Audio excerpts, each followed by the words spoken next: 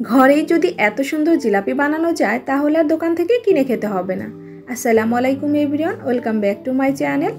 যে যেখান থেকে আমার আজকের পর্বের রেসিপিটি দেখছেন, আশা করি সকলে অনেক অনেক ভালো আছেন এবং সুস্থ আছেন। আজ আপনাদের সাথে শেয়ার করব মাত্র 1 কাপ ময়দা দিয়ে মুচমুচে রসালো জিলাপি রেসিপি, যেটা সহজেই ঘরে বানিয়ে নিতে পারবেন আর খেতে হবে ভীষণ মজাদার। একদম সহজ উপায়ে আজকের রেসিপিটি শেয়ার করেছি, আশা করছি সবার কাছে ভালো লাগবে। এই রমজানে ইফতারিতে আপনি 10 থেকে 15 মিনিটের মধ্যে বানিয়ে নিতে পারবেন এরকম মজাদার মুচমুচে রসালো জিলাপি রেসিপি। আশা করছি রেসিপিটি ভালো লাগবে, আর রেসিপিটি ভালো লাগলে অবশ্যই চ্যানেলটি সাবস্ক্রাইব করে নিয়মিত চ্যানেলের সাথেই থাকবেন। বেশি বেশি লাইক, শেয়ার, কমেন্টস করবেন। তাহলে চলুন রেসিপিটি দেখে নেওয়া যাক। প্রথমে একটি মিক্সিং বোলে নিয়ে নিচ্ছি 1 কাপ পরিমাণ ময়দা। আপনি চাইলে আটাও ব্যবহার করতে পারবেন। দিয়ে দিচ্ছি 1 চিমটি পরিমাণ লবণ, এতে করে টেস্টটা খুব ভালো আসে। 1 চা চামচ দিয়ে দিচ্ছি ঘি, আর দিয়ে দিচ্ছি 1 চা চামচ পরিমাণ লেবুর রস। ঘি আর লেবুর রস দিলে জিলাপিগুলো খুবই মুচমুচে আর খেতেও কিন্তু ভীষণ টেস্টি হয়। এবার একটি হ্যান্ড উইস্ক দিয়ে সবগুলো উপকরণের সাথে ময়দাটাকে ভালোভাবে মিশিয়ে নিতে হবে। ভালোভাবে মেশানো হয়ে গেলে এরপর অল্প অল্প করে পানি দিয়ে একটি ব্যাটার তৈরি করে নিতে হবে। ব্যাটারটা খুব স্মুথ হবে, একদম পাতলাও হবে না, আবার একদম ভারীও হবে না। আমি এখানে অল্প অল্প করে পানি দিয়ে ব্যাটারটা তৈরি করছি। ঠিক এরকমভাবে অল্প অল্প করে পানি দিয়ে ব্যাটারটা তৈরি করে নিতে হবে। একেবারে বেশি পানি দিতে যাবে না, তাহলে বেশি পাতলা হয়ে যাবে। এভাবে অল্প অল্প করে পানি দিয়ে ব্যাটারটা তৈরি করে নিলে পারফেক্ট ব্যাটার তৈরি হবে। দেখতেই পাচ্ছেন ব্যাটারটা তৈরি হয়ে গেছে। এবার আমি 7 থেকে 8 মিনিট ভালোভাবে ব্যাটারটিকে ফেটিয়ে নিয়েছি। আমি এখানে 1 কাপ ময়দার জন্য 1 কাপের একটু কম পানি ব্যবহার করেছি। আপনাদের কম বা বেশি লাগতে পারে। দেখতেই পাচ্ছেন ব্যাটারের কনসিস্টেন্সিটা কেমন হয়েছে। একটা চামচ ব্যাটারে ডুবিয়ে নেওয়ার পর চামচের পেছন সাইডে এভাবে হাত দিয়ে একটু দাগ কেটে নিলে একটা দাগের সাথে অন্য একটি দাগ মিশে যাচ্ছে না, তাহলেই বুঝে নেবেন এই ব্যাটারটা ঠিকঠাক আছে।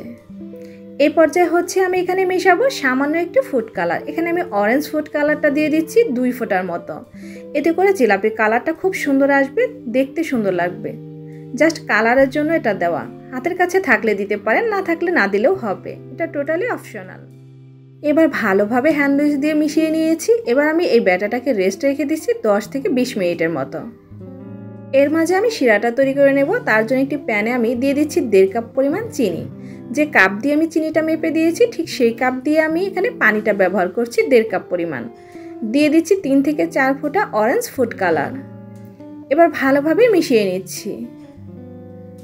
ভালোভাবে মিশিয়ে নেওয়া হয়ে গেলে চুলা জালটা অন করে দিয়ে এখন আমি অপেক্ষা করব এই শিরাটা ফুটে আসা পর্যন্ত।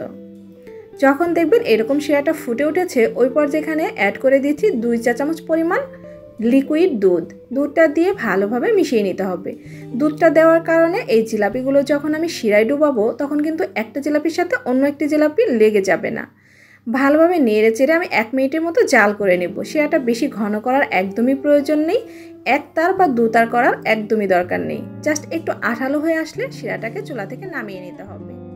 তো এই পর্যায়ে আমার শিরাটা একদম রেডি। এবার আমি চুলাটাকে বন্ধ করে দিয়ে শিরাটাকে ঢেকে রাখছি গরম থাকার জন্য। এরই মাঝে আমার জিলাপির ব্যাটারটা একদম পারফেক্টভাবে সেট হয়ে গেছে। এখন আমি এখানে দিয়ে দিচ্ছি 1 চিমটি পরিমাণ বেকিং সোডা। দেখবেন জিলাপির দোকানগুলোতে দোকানদার ভাইরা কিন্তু বেকিং সোডা ব্যবহার করে, সেজন্য তাদের জিলাপিগুলো কিন্তু খুব মুচমুচে হয়। বেকিং সোডা দেওয়ার পর ভালোভাবে ব্যাটারটাকে মিশিয়ে নিয়েছি। এবার একটি মগ নিয়েছি, আর মগের উপরে একটি পাইপিং ব্যাগ নিয়েছি।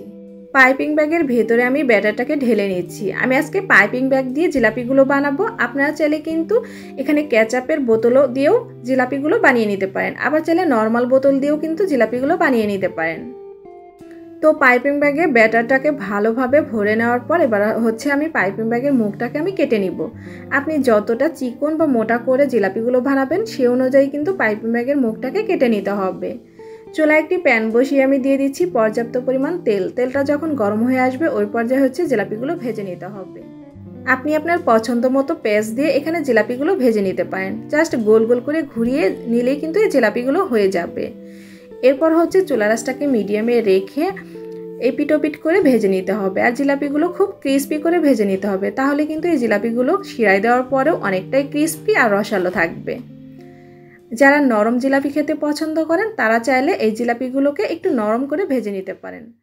আর যারা আমার মতো ক্রিস্পি জিলাপি খেতে পছন্দ করেন তারা কিন্তু জিলাপিগুলোকে ক্রিস্পি করে ভেজে নেবেন। তারপর গরম গরম জিলাপি এই গরম শিরার মধ্যে দিয়ে দিবেন। গরম শিরার মধ্যে এপিটোপিট করে ভালোভাবে ডিপ করে নিতে হবে। দেওয়ার সাথে সাথে এভাবে চেপে চেপে ডিপ করতে হবে। দেখবেন 3 থেকে 4 সেকেন্ডের মধ্যে এই জিলাপিগুলো রস টেনে একদম টইটুম্বর হয়ে গেছে। 10 থেকে 15 সেকেন্ডের মতো এভাবে এপিটোপিট করে নিলেই এই জিলাপিগুলো কিন্তু একদম রেডি হয়ে যাবে খাওয়ার জন্য। আর দেখতেই পাচ্ছেন জিলাপিগুলো কতটা রসালো হয়েছে আর কালারটাও দারুণ এসেছে। এভাবে আমি সবগুলো জিলাপি বানিয়ে নিব।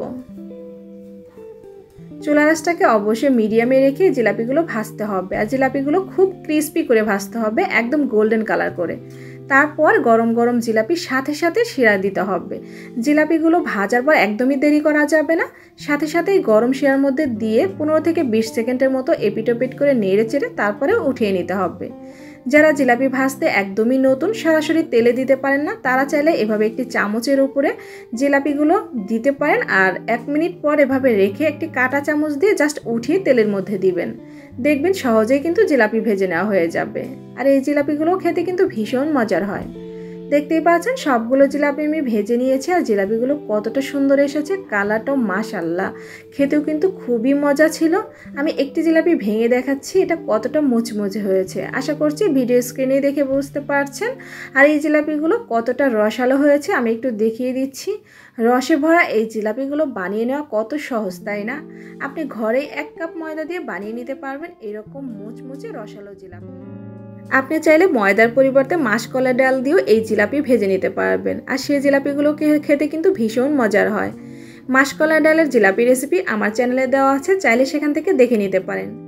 ভিডিও লিংক ডেসক্রিপশন বক্সে অবশ্যই দিয়ে দিব, চাইলে সেখান থেকে দেখে নিতে পারেন। আশা করছি সবার কাছে ভালো লাগবে। আমার আজকের এই জিলাপি রেসিপিটি সবার কাছে ভালো লাগলে চ্যানেলটি সাবস্ক্রাইব করে নিয়মিত চ্যানেলের সাথেই থাকবেন, পাশে থাকা বেল আইকন ক্লিক করে রাখবেন।